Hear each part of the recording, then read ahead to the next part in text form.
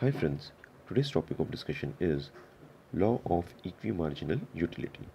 The law of equi-marginal utility is an extension of the law of diminishing marginal utility.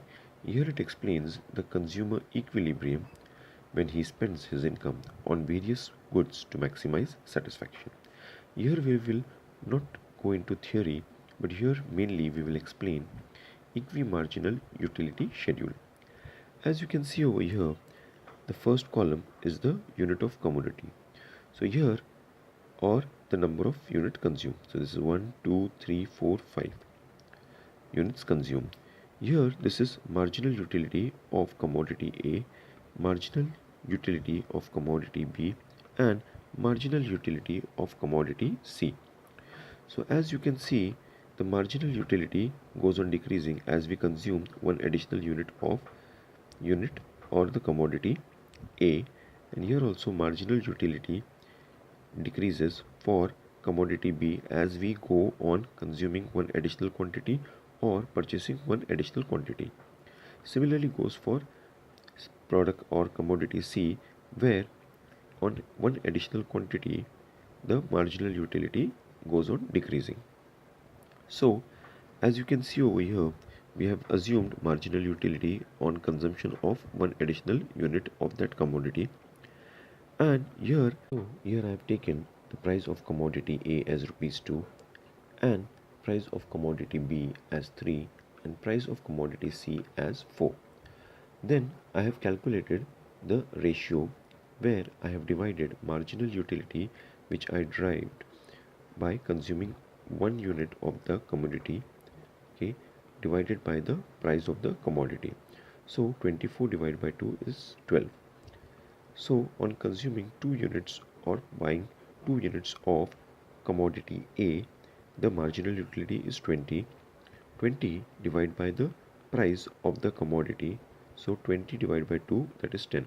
So similarly I have got ratio for A, B and C. So as you can see, the marginal utility, okay, decreases with the consumption of additional unit of commodity. Similarly, the ratio also decreases with the consumption of additional unit of the commodity. Okay, so now I have the ratios for commodity A, ratio for commodity B and ratios for commodity C, and as you can see, it is going on decreasing as we consume or buy one additional quantity of that particular commodity. So with that, now let us see regarding the law. The law says a consumer is in equilibrium when marginal utility of A divided by the price of commodity A is equal to marginal utility of commodity B divided by the price of commodity B will be equal to marginal utility of commodity C divided by the price of the commodity. That is, the ratio of A is equal to ratio of B is equal to ratio of C. So there are, in with this table, there are three possibilities. There may be n number of possibility if we go on increasing the number of units, okay, but here with this table we can have three different possibilities. So here the possibility is for case 1, where 16 divided by 2 means 8, 24 divided by 3, that is also 8, 34 divided by 4, that is also 8. So as you can see over here, okay, this is 16 divided by 2, that is 8. Here 24 divided by 3, that is 8, and here 32 divided by 4, that is 8. So here 16 divided by 2 I have got when I consumed 3 units of the commodity A, and 24 by 3 I got 8 when I consumed 2 units of commodity B, and 32 divided by 4 I have obtained when I consume 1 unit of commodity C. Similarly, there is another case possible, okay, that is case 2. So let us see the second case, where 12 divided by 2, 18 divided by 3 and 24 divided by 4. So as you can see over here, 12 divided by 2, that is 6. So 4 unit of commodity A, and 18 divided by 3, that is 6, so 3 unit of commodity B, and 24 divided by 4, that is 6, so means 2 unit of commodity C. So similarly we can have case 3 also, okay, where 8 divided by 2 is 4, 12 divided by 3 is 4, and 16 divided by 4 is also 4.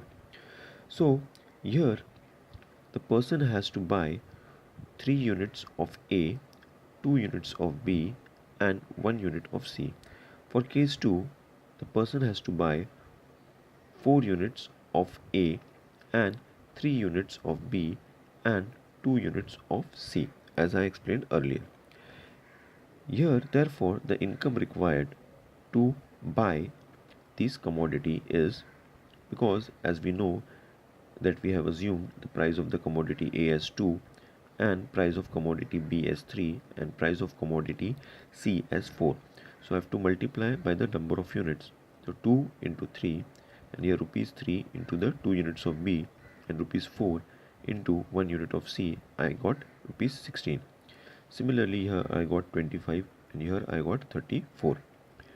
If a person has a limited income of rupees 25, then the person has to go for this. That is 4 unit of A, 3 unit of B, and 2 unit of C. As the person is consuming 4 units of A, like here he's consuming 1, 2, 3, 4, so he is obtaining or the marginal utility as 24, 20, 16 and 12. So I have written over here, he is driving marginal utility of 24, 20, 16 and 12.